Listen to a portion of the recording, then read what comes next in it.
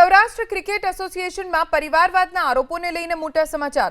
Porbandar cricket association તરફથી કિરીટ સાવજાની આવ્યા media સામે। વર્ષોથી સૌરાષ્ટ્ર ક્રિકેટ એસોસિએશનમાં સદસ્ય બનાવવાનું બંધ છે તેવું નિવેદન તેમણે આપ્યું। તેમણે કહ્યું કે વર્ષોથી વારસાઈ સદસ્યતા આપવામાં આવે છે। સૌરાષ્ટ્ર સાથે જોડાયેલા 20 ક્રિકેટ એસોસિએશનને કેમ સદસ્ય નથી બનાવાતા? આજે કમિટી સમક્ષ રજૂઆત કરી છે। આ ક્રિકેટર્સનું એસોસિએશન છે। એસોસિએશનનો વહીવટ શાહ કામદાર દોશી પરિવાર ચલાવે છે। 3 પરિવારો વર્ષોથી સૌરાષ્ટ્ર ક્રિકેટ એસોસિએશન ચલાવે છે જે નિયમની વિરુદ્ધ છે। ક્રિકેટના વિકાસના બદલે અન્ય વિકાસ થઈ રહ્યો છે। 489 મેમ્બર છે જે ક્રિકેટ ચલાવે છે એ જ 20 એસોસિએશન મારા સભ્ય નથી કે એને મતાધિકાર નથી તો આનું અર્થઘટન સીધી સરળ ભાષામાં શું થાય કે હું માત્ર પરિવારવાદ જ ચલાવવા માગું છું। બીસીસીઆઈ માંથી વાર્ષિક ગ્રાન્ટ આવે છે, આટલા ઇન્ટરનેશનલ ક્રિકેટ મેચો રમાય છે એની ગ્રાન્ટ આવે છે। એ ગ્રાન્ટ છે એમણે ડિસ્ટ્રિક્ટ ક્રિકેટ એસોસિએશન કે સૌરાષ્ટ્ર કચ્છના ક્રિકેટના વિકાસમાં વાપરવાની હોય।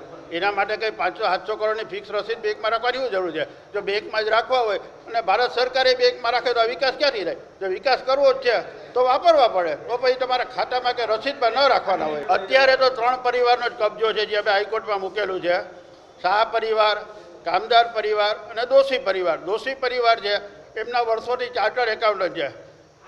ટ્રસ્ટના નિયમ મુજબ માનો કે હું ચાર્ટર્ડ એકાઉન્ટન્ટ હોય તો હું અમારી સંસ્થાનું ઓડિટ ન કરી શકું, પણ છેલ્લા 20 વર્ષોથી એ જ ઓડિટ કરે છે। દોશી સાહેબ પ્લસ એમના 19 બીજા 20 જણા તો એમના ઘરના સભ્ય છે। આમાં હું મોસાળેમાં પીરસદાર જેવી વાત છે, હું જ ઓડિટર ને હું જ સભ્ય। માનનીય શાહ સાહેબ રિટાયર્ડ ન્યાયાધીશ સાહેબને મળવા માટે જુદા જુદા પ્રતિનિધિત્વ આવ્યા હતા। આજે હું પણ Saurashtra cricket association affiliated Surendranagar rural district cricket એસોસિએશનના પ્રતિનિધિ તરીકે અમારે જે રજૂઆત કરવાની હતી એ મેં સાહેબને કરી દીધી છે।